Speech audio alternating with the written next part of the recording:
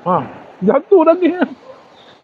Geng, nak bawa jom makan ni. Daripada 18 sampai 23 hari bulan ni dekat Palm Mall Seremban ni. Dia buat betul-betul kat bawah tu Kat depan apa pintu masuk ni.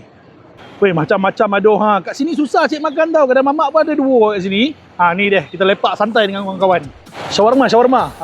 Best lah, macam-macam ada kat sini tau. Lepas membeli belah dekat dalam mall tu kan. Lepas tengok wayang kan. Kau turun datang kat sini, dekat pintu masuk Palm Mall Seremban ni, lepak santai macam ni, makan dengan kawan korang, dengan family korang. Ni Food Fest ni, jom makan daripada 18 hari bulan sampai 23 hari bulan.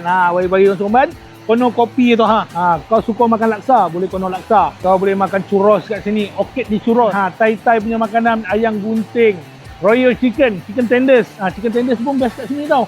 Yang penting sekali ada cempedak. Orang kampung mesti suka makan cempedak kan. Kau nak kondok, air buah, oden pun ada. Air kupi, ngupi kat sini chicken tenders. Yang ni dia campur-campur lah. Aku tengok tadi, isi dia tabur ayam tapi tak kedekut. Ni dia. Puas hati dia punya shawarma, isi banyak. Orang-orang Seremban datang kat sini. Lepak-lepak dengan kawan-kawan dengan apa, santai kat sini.